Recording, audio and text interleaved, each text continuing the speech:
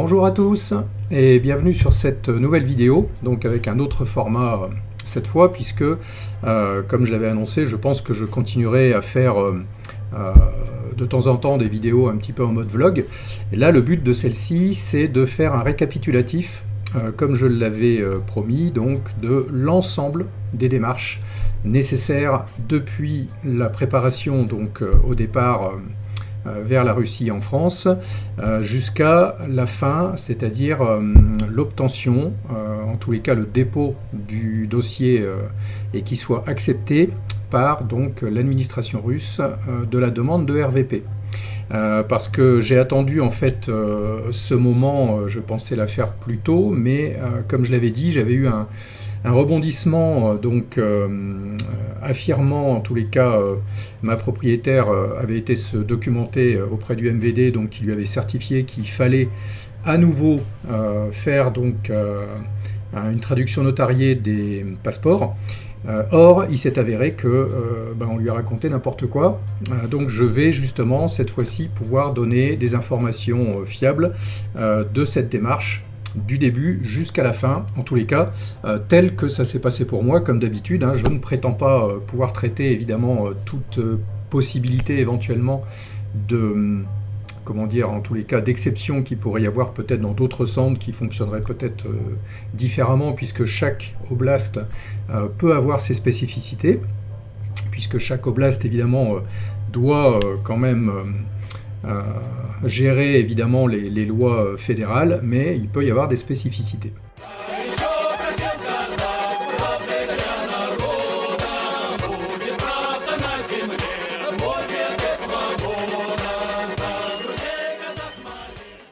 Donc, pour commencer, en fait, on va commencer par la préparation en France avant le départ. Alors, dans l'ordre, la première chose, évidemment, qu'il faut faire, c'est faire les demandes donc, de visa idéologique qui peuvent se faire en français. En fait, il y a des formulaires qu'on peut télécharger directement sur les sites de l'ambassade ou du consulat russe, où on peut évidemment, éventuellement, si on parle le russe, ou se faire aider, c'est-à-dire les traduire, ce qui est encore mieux quelque part, puisqu'ils se serviront donc de ces traductions, de manière à ce que les visas soient remplis correctement, notamment au niveau de la traduction des noms, qui peuvent générer des problèmes d'orthographe et potentiellement être problématiques plus tard. Donc ça, il faut effectivement y penser.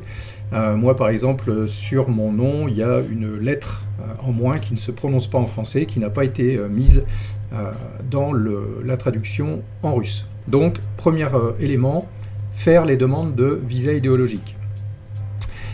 De là, évidemment, ça paraît évident, mais pour faire les demandes de visa idéologique, évidemment, il faut que vous ayez vos passeports en règle et qu'il y ait au minimum 6 mois de validité après la date prévue d'entrée en Russie. Il est bien évident que 6 mois, ça ne suffira pas. Il vous faut prévoir le délai où vous resterez en Russie derrière. Si c'est pour un RVP, normalement, vous êtes parti pour 3 ans. Donc, idéalement, votre passeport doit être valable plus longtemps que ce délai de 3 ans. Très important, en dehors de ça, c'est de prévoir évidemment les assurances santé, sachant que ces assurances santé sont demandées lors du dépôt donc, de la demande de visa. C'est-à-dire que si vous n'avez pas déjà souscrit une assurance santé couvrant la totalité de votre séjour initial, c'est-à-dire que les visas sont accordés pour 3 mois, votre assurance santé doit couvrir ces 3 mois. Sinon, le visa est automatiquement refusé. Donc, très très important de souscrire une assurance de santé couvrant tous les frais possibles, avec possiblement même rapatriement en cas d'accident, de maladie grave ou ce genre de choses. Donc ça, c'est quelque chose à surtout ne pas oublier. Très très important, et avant encore une fois d'aller directement sur place, puisqu'il faut aller sur place au niveau du consulat. C'est pas du e-visa, il faut bel et bien se présenter sur place, donc soit à Paris, soit donc dans l'Est, je crois que c'est à Strasbourg, soit à Marseille. donc pour faire cette demande physiquement et revenir une fois que le visa a été accordé. Donc en général ça met une petite semaine, donc il faut également revenir sur place. Là moi ça m'a fait faire deux fois 800 km aller-retour en fait pour pouvoir aller les récupérer à Paris, donc il faut prévoir ce déplacement. De là, une fois que vous avez fait cette demande de visa, selon la date que vous prévoyez en termes de départ, évidemment, puisque ça doit être précisé de toute manière dans votre demande de visa, donc ça peut très bien être quelques jours après l'avoir obtenu, ou alors vous pouvez indiquer vous-même que vous demandez de telle date à telle date, donc même 15 jours, 3 semaines après avoir fait la demande. Il faut prévoir le plus tardivement possible, mais pas trop, ces fameux casiers judiciaires avec apostille. Donc quand je dis cette date en fait est très importante parce que comme les casiers judiciaires ne sont valables que 3 mois au niveau de la Russie, de l'acceptation du dossier, si vous les demandez trop tôt et que la demande, le processus de demande de RVP prend trop de temps, vous serez obligé d'en redemander, de les faire venir en Russie, donc physiquement, puisqu'ils n'acceptent pas les copies, n'acceptent pas les casiers judiciaires en fait au format électronique.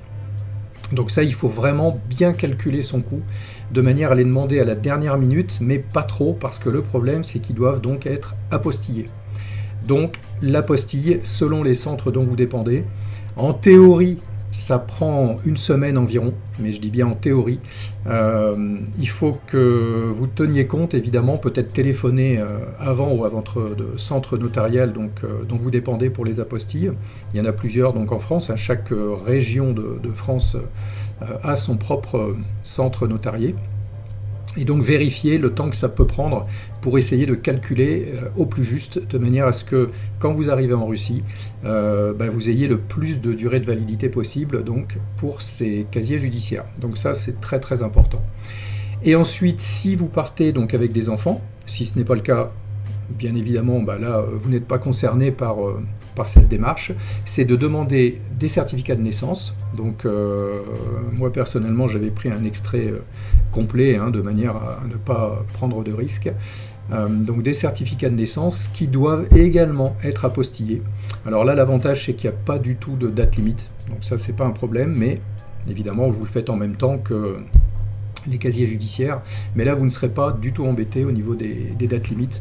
Par contre, la précision très très importante, parce qu'en France, je l'avais déjà signalé dans la vidéo précédente, mais comme je fais ce récapitulatif, en France, étant donné qu'ils ont modifié au mois de mai de cette année les procédures en fait par rapport aux certificats de naissance qui sont envoyés, chaque mairie est tenue de s'enregistrer au niveau national, de manière à ce que les personnes signataires aient la validation en fait de l'autorisation de leur signature, de manière à ce que cette signature soit valable.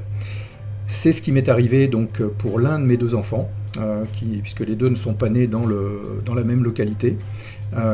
L'une de ces localités, finalement, ne s'était pas enregistrée. Et donc, au niveau de l'apostille, le notaire refusait d'apostiller tant qu'on n'avait pas une preuve que la personne qui avait signé le certificat de naissance était donc habilitée à le faire. C'était le cas, bien sûr, mais elle ne s'était pas enregistrée. Donc il a fallu faire une vérification, il a fallu que je transfère en fait les coordonnées du centre d'apostille auprès de la mairie, qu'ils échangent donc par mail, de manière à ce qu'ils aient une validation de l'autorisation de signature. Donc ça a pris du temps et ça m'a décalé en fait jusqu'à la dernière minute la validation donc de cette apostille, puisque dans ces cas-là ça rajoute une étape pour le notaire, c'est-à-dire qu'il ne peut pas mettre l'apostille directement, il est obligé de faire une photocopie certifiée conforme, signée donc par lui, et de là mettre une apostille dessus. Donc faites très attention à ça, vérifiez bien la mairie à laquelle, donc, de laquelle dépendent les actes de naissance donc, de vos enfants. Donc tout cela, c'est pour la préparation, c'est-à-dire tout ce que vous faites en France. De là, évidemment, vous arrivez en Russie et le processus se poursuit. Donc, arrivé en Russie, la première chose, et là je parle le plus simple, évidemment, c'est d'y arriver en avion. On peut le faire, évidemment, par voie terrestre, mais c'est plus compliqué. Et surtout, il y a potentiellement beaucoup d'attentes en douane. Je pense notamment à certains nouveaux amis qui ont passé plusieurs jours sur 2 douanes différentes, pour arriver en Russie. Alors je ne détaillerai pas, mais effectivement ça a été très compliqué pour eux en termes surtout de durée, sachant qu'ils avaient leurs 3 enfants, donc plusieurs nuits d'hôtel, enfin bref, pénible. Mais c'est faisable. De là, quand vous arrivez donc en Russie, la première chose à faire, c'est de remplir les cartes de migration. Donc l'avantage en arrivant par l'aéroport, donc moi c'était Vnukovo, on est tombé sur un fonctionnaire mais extrêmement sympathique qui nous a beaucoup aidé donc, dans le processus, c'est lui qui a tout fait. D'ailleurs c'est lui qui fait tout de base, mais c'est vrai que je ne comprenais pas bien en fait la démarche, qu'on ne me l'avait pas expliqué, d'où le fait de vous l'expliquer maintenant. Donc cette carte de migration se fait avec une prise d'empreinte, donc tout ce qui est biométrie de toutes les personnes entrant en Russie, donc y compris les enfants. Et cette carte de migration est à conserver extrêmement précieusement, ne surtout pas la perdre parce que vous rentrez après dans des complications. La carte de migration en fait est liée à votre visa, c'est-à-dire que votre visa globalement ne devient plus valable si vous n'avez pas la carte de migration qui y est associée, et surtout après pour le dépôt de votre dossier, mais pour toutes les démarches, y compris les enregistrements de location, etc., ou même si vous achetez, donc cette carte de migration est à conserver impérativement, précieusement. Et lorsque vous y arrivez donc en Russie en voiture, et bien là en fait c'est vous qui la remplissez. Donc avec les risques d'erreur possibles et potentiellement les risques d'enregistrement, comme donc ces amis qui se reconnaîtront ont connu, puisque leur carte de migration n'avait pas été associée à leur visa, ce qui leur a posé pas mal de soucis lors de l'enregistrement de la maison qu'ils louaient. Donc très important de bien penser à tout ça. Donc de toute façon, c'est la première chose que vous faites à votre entrée en Russie. Et quand vous êtes à l'aéroport, vous ne sortez pas de l'aéroport tant que vous n'avez pas eu de toute façon la carte de migration. Ça passe par des guichets, vous n'avez pas la possibilité d'en sortir. Ensuite, par rapport évidemment à la suite du dossier, n'oubliez pas également de prévoir, alors on dit 3, n'hésitez pas à en prendre plus. Moi j'avais pris 6 photos donc d'identité par personne, donc classique, 35 par 45 sur fond blanc. Donc ça c'est évidemment la chose à penser, mais au pire c'est pas bien grave, vous pouvez évidemment les faire en Russie. Moi j'avais tout prévu évidemment avant de partir. De là, donc les documents que vous avez amenés en Russie vont devoir être impérativement faire l'objet d'une traduction notariée. Donc toutes les pages du passeport, intégralement, également donc des visas, enfin là on n'est pas sur une traduction, mais tout doit être inclus, donc des scans de visa. Moi, ce que je vous conseille, en fait, d'après justement mon expérience récente, c'est au minimum de faire 2 traductions notariées de tout, idéalement 3, selon moi, de manière à couvrir toutes les éventualités, et même par la suite, si on vous redemande justement ces documents que vous perdez, entre guillemets, que vous laissez donc au ministère de l'Immigration lorsque vous faites votre dépôt donc de RVP, donc il est vraiment bon de pouvoir en avoir 1 ou 2 exemplaires d'avance. Donc cette traduction notariée déjà de toutes les pages des passeports. Si vous avez donc des enfants mineurs, comme je le disais précédemment, les certificats de naissance doivent également être traduits, toujours en traduction notariée, et toujours idéalement prévoyez-en 3. Ça permet d'éviter tout problème, notamment parce que il est nécessaire de les avoir. Là par contre c'est impératif à chaque nouvel enregistrement au niveau de la location. Alors on ne les laisse pas, mais on doit les rescanner dans le processus de validation de l'enregistrement du bien que vous louez ou que vous avez acheté, et ça c'est tous les 3 mois. Donc il faut que vous ayez au minimum un exemplaire d'avance sur ces certificats de naissance, donc en traduction notariée. Ensuite, le casier judiciaire, donc de la même façon, apostillé, comme je l'ai dit précédemment. Ce casier judiciaire doit être également traduit de manière notariée. Et donc là, normalement, il n'y a pas besoin d'avoir plusieurs exemplaires, mais encore une fois, avec le recul que j'ai, si j'avais pu en faire 2, je l'aurais fait.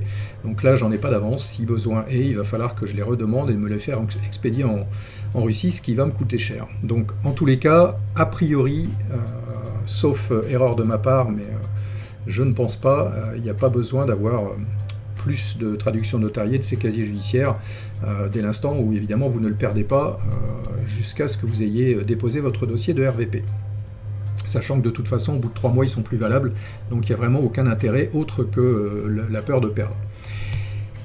Alors, justement par rapport à cet enregistrement, donc là c'est très très important, c'est-à-dire que à partir du moment où vous arrivez en Russie, et à partir du moment où vous entrez, finalement, peu importe le lieu dans lequel vous vous installez, ça peut être, en général c'est un hôtel, ça peut être autre chose, vous pouvez directement avoir déjà géré une location avant d'arriver, donc peu importe l'endroit où vous vous installez, dans tous les cas, il faut impérativement vous faire enregistrer par donc l'administration russe, de manière à ce que cette administration sache à tout moment où vous résidez, y compris de manière provisoire.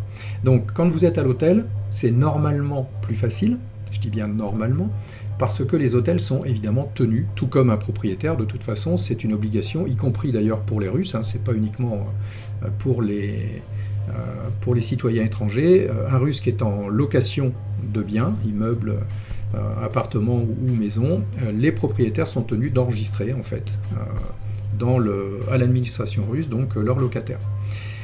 Là, les hôtels doivent le faire, mais d'expérience, j'ai fait 3 hôtels. Je leur ai demandé systématiquement, dès mon arrivée, de faire l'enregistrement, de me les donner.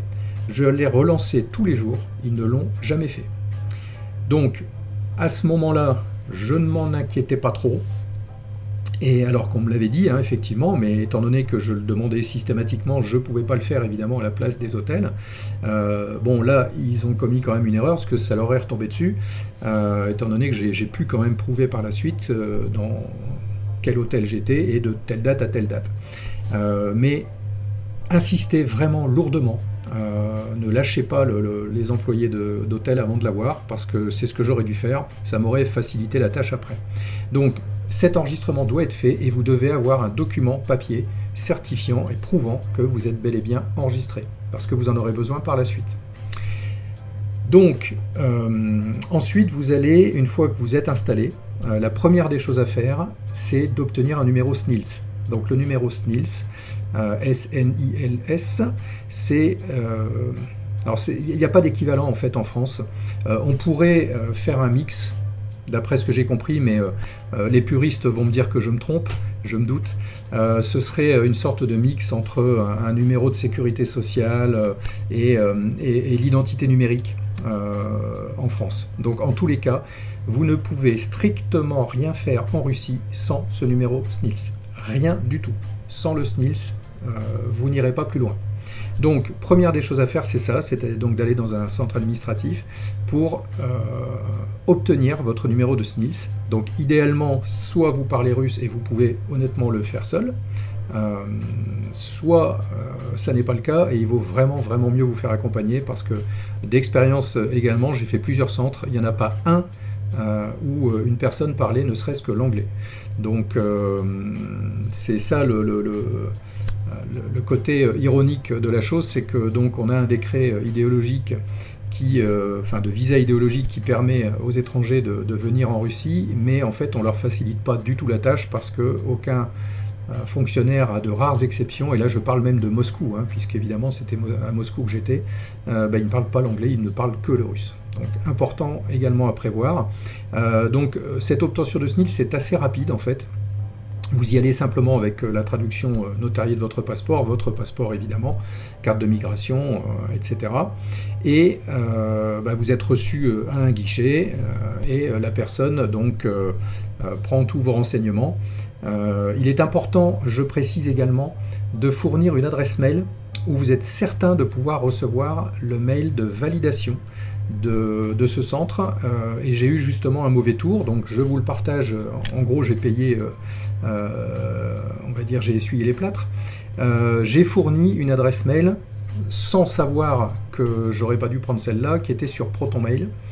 Et ProtonMail est bloqué en Russie. Donc il s'avère que je n'ai jamais pu recevoir ce mail de validation. Donc il a fallu que je retourne, refaire la queue, on y a perdu un bout de temps, de manière à fournir une adresse mail, là en l'occurrence sur Gmail, qui lui ne pose aucun problème en Russie. Donc c'est pareil, c'est bête, mais vérifiez bien que vous pouvez recevoir un mail, ou Yandex, vous ouvrez un mail Yandex, hein, évidemment, alors là, aucun problème, mais Gmail fonctionne. Donc ça paraît bête, mais si vous ne recevez pas ça, vous allez perdre du temps. Donc une fois que vous avez ce numéro SNILS, c'est fait en fait limite, en tous les cas, informatiquement parlant, vous l'avez... une fois que vous êtes avec cette personne, en général, au bout d'une demi-heure, vous avez ce numéro SNILS. De là, vous devez poursuivre donc la démarche en allant impérativement, en gros, vous achetez une carte SIM, c'est-à-dire obtenir en fait un numéro de téléphone en Russie, qui est impératif parce que c'est pareil, le SNILS et un numéro de téléphone russe. Rien en termes d'administratif ne peut se faire sans cette conjonction donc, de ce numéro de téléphone russe et du SNILS. Donc, de la même manière, soit vous parlez bien le russe et tout va bien, ou sinon il faudra se débrouiller. Bon là, il n'y a pas grand-chose d'autre à présenter que votre passeport physiquement et la carte de migration, il vous la demande. Et à partir de là, de choisir les forfaits qui vous intéressent le plus, là, peu importe, du moment que vous obtenez donc ce numéro. Et surtout, très très important, ce numéro de téléphone va vous suivre en permanence, c'est-à-dire ne changez jamais votre numéro de téléphone en Russie, parce que tout est connecté sur ce numéro de téléphone. Donc vous changez de téléphone, vous changez même d'opérateur, mais il faut conserver ce numéro de téléphone impérativement. Donc très important, parce que il faut savoir qu'en Russie, les numéros de téléphone ne vous sont pas attribués entre guillemets à vie, c'est-à-dire que si vous stoppez votre abonnement au bout d'un an, le numéro de téléphone peut être réattribué à quelqu'un d'autre. Donc ça aussi, je ne le savais pas. Donc faites très attention à ça. Poursuivez toujours un abonnement de manière à bloquer ce numéro de téléphone tant que vous résidez en Russie, tout du moins. Et même si après vous voulez y revenir plus tard, donc voilà, faites en sorte d'avoir toujours un abonnement à jour. Et ensuite, une fois que vous avez ça, vous allez ouvrir votre compte bancaire, puisque de la même manière, sans compte bancaire, vous ne faites rien en Russie. Et on le fait dans cet ordre, tout simplement parce que pour ouvrir un compte bancaire, il vous faut un numéro SNILS et il y a une validation qui se fait avec des envois de SMS qui ne peuvent se faire que sur un numéro de téléphone russe. Donc tout ça, en fait, c'est logique. De la même manière, c'est long d'ouvrir un compte bancaire en Russie. On y a bien mis une bonne heure parce que beaucoup de paperasse. Ils vous proposent différents contrats possibles. Ça, c'est le principe des banques classiques. Et surtout, il y a un enregistrement de biométrie également au niveau de la banque, puisque tout, vous pouvez après en fait avoir comme exactement le principe de l'identité numérique en France. Vous pouvez également avoir des validations officielles en vous connectant simplement sur le compte bancaire et l'associant par la suite à toute démarche que vous pourriez faire plus tard. Et donc, j'en viens à un point important également, c'est que même si vous n'avez pas encore appris à parler le russe, s'il y a bien une chose que j'ai vue d'expérience, donc heureusement, j'avais quand même des balbutiements, j'ai envie de dire, même si je n'avais que 2 mots de russe derrière. Ce qui est important, c'est au minimum, ça peut paraître bête, mais c'est que vous appreniez à compter jusqu'à 10, enfin jusqu'à 9 exactement, en russe, et être capable de dénoncer donc ces nombres dans l'ordre, que ce soit croissant ou décroissant, et également dans le désordre, parce que ça fait partie du processus d'enregistrement biométrique où ils prennent votre voix. Donc habituellement, Alexandre qui m'accompagnait m'avait expliqué que ça peut se faire en anglais, il y en a beaucoup qui le font en anglais, mais celle sur laquelle je suis tombé en termes d'employés était extrêmement procédurière, elle n'a absolument pas voulu que je fasse autrement qu'en russe. Donc si j'avais pas connu les nombres, je ne sais pas comment on se serait débrouillé, mais en l'occurrence, je crois bien qu'il aurait fallu que j'aille à une autre agence, parce que elle aurait refusé l'enregistrement biométrique. Donc pareil, petite anecdote, mais qui pourrait vous servir, apprenez au minimum à compter jusqu'à 10. Voilà, c'est pas compliqué, hein, mais il faut y penser avant d'y aller. Une fois que vous avez le SNILS, la carte SIM et donc l'ouverture bancaire, et bien là, vous pouvez donc poursuivre vos démarches. Alors, tout dépend où vous voulez aller, évidemment, parce que ce qui est très important de vous préciser, c'est que là où vous allez déposer votre dossier et faire donc également vos examens médicaux obligatoires, ça doit impérativement être dans la région où vous souhaitez rester, demeurer pendant tout le temps du RVP. C'est-à-dire que si vous voulez rester dans la ville de Moscou, c'est ce qu'il y a de plus simple, d'après tout ce qu'on a pu me dire en témoignage, parce que là, le centre administratif à Moscou fait ça par cœur, donc ça se passe très très bien. Dans les autres régions, ça peut être plus compliqué, comme je l'ai déjà expliqué. Mais le principe de l'enregistrement, c'est que ça vous tient sur l'endroit où vous voulez demeurer. Donc si c'est sur Moscou même, bah, vous pourrez prendre un logement sur Moscou ou périphérie assez proche. Si vous voulez rester sur la région, sur l'oblast de Moscou, donc là on n'est plus au niveau de la ville, et ben, il vous faudra aller dans un autre centre.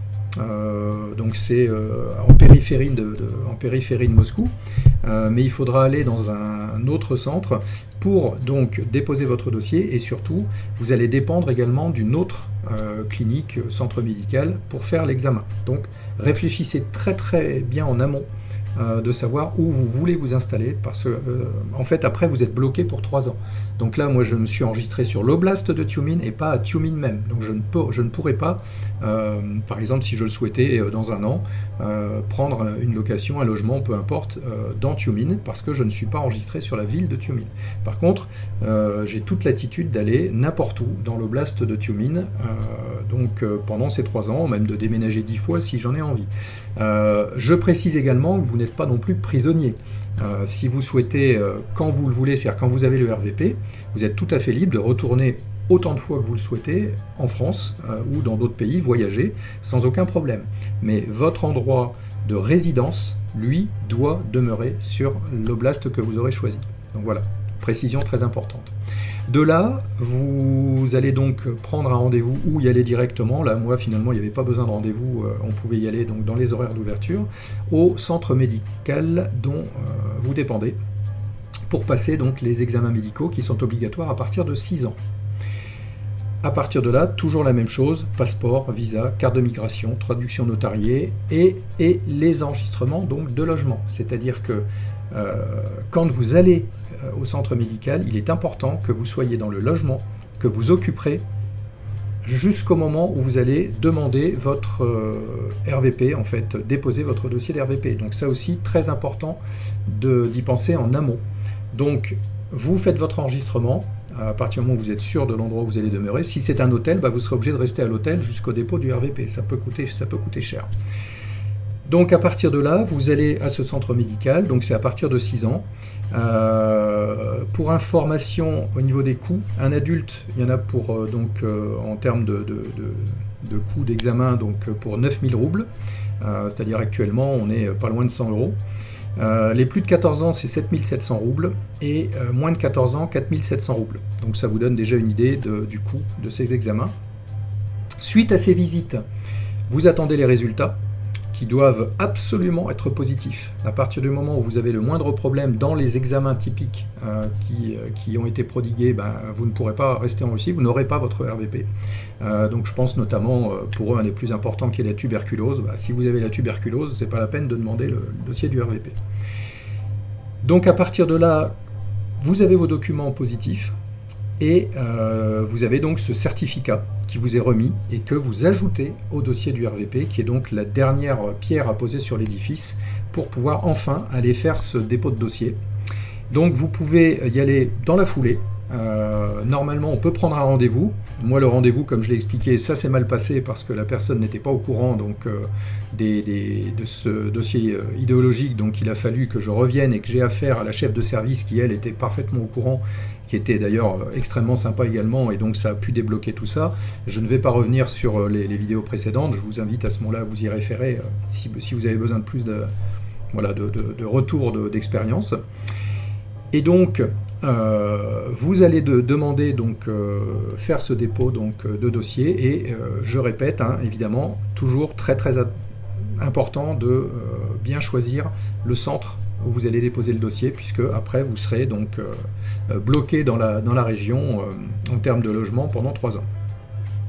Et donc, à partir du moment où tout est bien fait, quand le dossier est déposé et qu'il est accepté, c'est-à-dire s'il n'y a pas d'erreur, moi j'ai eu, je l'ai expliqué aussi, quelques erreurs que j'ai dû faire rectifier, et bien à partir de là, le même jour, il faut obtenir alors ce qu'ils appellent un peu comme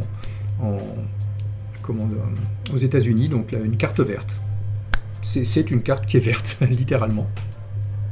Sur lesquels on a une prise également complète biométrique. Là, on va jusqu'à la paume de la main, donc ça va assez loin. Donc, prise de photos, là, ce ne sont pas sur les photos que vous avez ramenées, c'est eux qui prennent la photo et qui vous établissent donc cette carte verte qui est également à conserver impérativement. Notamment, elle vous est demandée si vous avez des enfants que vous allez scolariser. Vous ne pourrez pas les scolariser sans pouvoir montrer cette carte verte, mais une fois que vous l'avez, vous devez la conserver parce qu'elle peut vous être demandée plus ou moins à tout moment. Donc évidemment, ce qui est très important à retenir, c'est que chacune de ces démarches, en termes administratifs, est payante, sous forme de taxe d'État, plus ou moins chère. Hein. L'enregistrement, par exemple, du logement, il faut compter en fait 500 roubles par personne. Donc c'est pas très cher, mais ça se refait tous les 3 mois. Donc il vaut mieux, je vous conseille également, dernier petit conseil, c'est d'aller en banque pour les payer d'avance, de manière à pouvoir en fait prouver le moment venu que ça a été payé et ne pas perdre de temps. C'est vraiment préférable. Il faut savoir que c'est très très bien géré par les banques, ils connaissent ça par cœur. Ils vous donnent, une fois que vous avez payé, un reçu spécifique qui mentionne bien que ce sont pour les taxes d'État, pour telle démarche, que vous présentez en fait à l'administration directement. Donc comme ça, vous êtes tranquille d'avance. Et une fois que vous avez fait donc le dépôt d'RVP qu'il a été donc validé, il faut dans la foulée, là moi il m'avait conseillé quelques jours après, en fait il m'avait demandé d'attendre une dizaine de jours avant l'expiration donc de mon visa. Vous allez faire une demande de prolongation de visa évidemment pour pouvoir rester en Russie, parce que sinon vous serez obligé de repartir le temps d'arrivée de votre RVP. Normalement c'est 4 mois. Le problème, c'est qu'apparemment certaines régions acceptent de prolonger les visas pendant 4 mois. En tout cas, c'est ce qu'on m'a dit sur Moscou. Je vous avoue que ça, je n'ai pas vérifié. Mais ce qui est certain, c'est que sur Tiomine et la région, ils ne prolongent pas le visa de plus de 3 mois. C'est-à-dire que si au bout de 3 mois, je n'ai pas reçu encore le RVP, il va falloir que j'y retourne, que je repaye les taxes d'État, de manière à reprolonger donc, nos visas. Mais c'est très important, évidemment, de les faire prolonger avant l'expiration de vos visas idéologiques initiaux, bien évidemment. Et donc, bien évidemment aussi, une fois que c'est fait, parce que comme les enregistrements donc, de logement ne se font, ont une date limite de 3 mois, bah, vous serez arrivé au bout. Et donc, très important, surtout pour la suite, de faire la prolongation de l'enregistrement du logement, donc que vous ferez à partir de maintenant tous les 3 mois. Et à partir de là, l'intégralité du parcours est terminée. Vous n'avez plus qu'à attendre en fait votre RVP. Et donc je confirme que ce qu'on avait dit pour terminer à ma propriétaire, donc où elle était tombée sur quelqu'un d'extrêmement désagréable, là, en l'occurrence, c'est qu'elle lui avait dit nouveau passeport, donc traduction notariée, donc je l'ai fait faire pour rien. Parce qu'elle pensait qu'il fallait aller faire les enregistrements directement dans un bureau du MVD, auprès de cette personne. Or, elle l'a induit en erreur, et ça, le pire, c'est que je le savais, mais ma propriétaire est très... Comment dire, elle est assez âgée, et elle stresse pour un rien. Et en l'occurrence, j'avais beau lui dire, mais elle ne me croyait pas, alors que j'avais bien les bonnes informations. Donc, étant donné que ce jour-là, elle nous avait... posé problème parce que nous avait dit je pourrais le faire que pour un des 3, donc en l'occurrence j'aurais été moi inscrit mais pas mes enfants, donc on est dans le grand délire. Donc on a fait ce que je lui avais dit qu'on devait faire dès le départ, c'est-à-dire qu'elle n'a pas d'ordinateur chez elle. On a été donc au bureau Gosuslugi, sur lequel ils ont des ordinateurs donc connectés, et on a fait la démarche à partir de l'ordinateur en fait, directement comme elle aurait pu le faire de chez elle. L'enregistrement en soi est simple. C'est toute une procédure à suivre, des scans des documents qui sont redemandés à chaque fois, et c'est ce qu'on a fait. Et en l'occurrence, on a pu aller au bout du processus, et l'enregistrement a été validé. Elle l'a reçu 2 jours après. Donc, sachez-le, Les enregistrements sont très simplifiés par rapport à il y a quelques années en Russie. Tout peut se faire par le propriétaire en allant sur son propre compte GoSusludi. Il se connecte et il suit le processus d'enregistrement. Si on vous dit autre chose, c'est faux. Donc, vous faites ça, et surtout, très important, pour chaque nouvel enregistrement, comme je vous disais, il faut absolument que vous ayez les documents nécessaires. Donc si vous avez des enfants, il faut absolument que vous ayez toujours avec vous pour les rescanner, ou éventuellement encore mieux, si vous le faites vous-même ou si votre propriétaire a un ordinateur, une fois qu'il a vos documents, eh ben, il aura juste à uploader donc les fichiers qu'il aura scannés précédemment pour les remettre à chaque fois, tous les 3 mois, dans la demande d'enregistrement. Donc voilà. Là, j'ai fait le tour de manière exhaustive, tout du moins par rapport à l'expérience que j'ai pu vivre. Donc, ce que j'espère, c'est que ça pourra servir à d'autres personnes, puisque ça m'a permis de vous éviter éventuellement d'essuyer les plâtres que j'ai pu éviter. Et donc, je vous dis à bientôt pour une prochaine vidéo.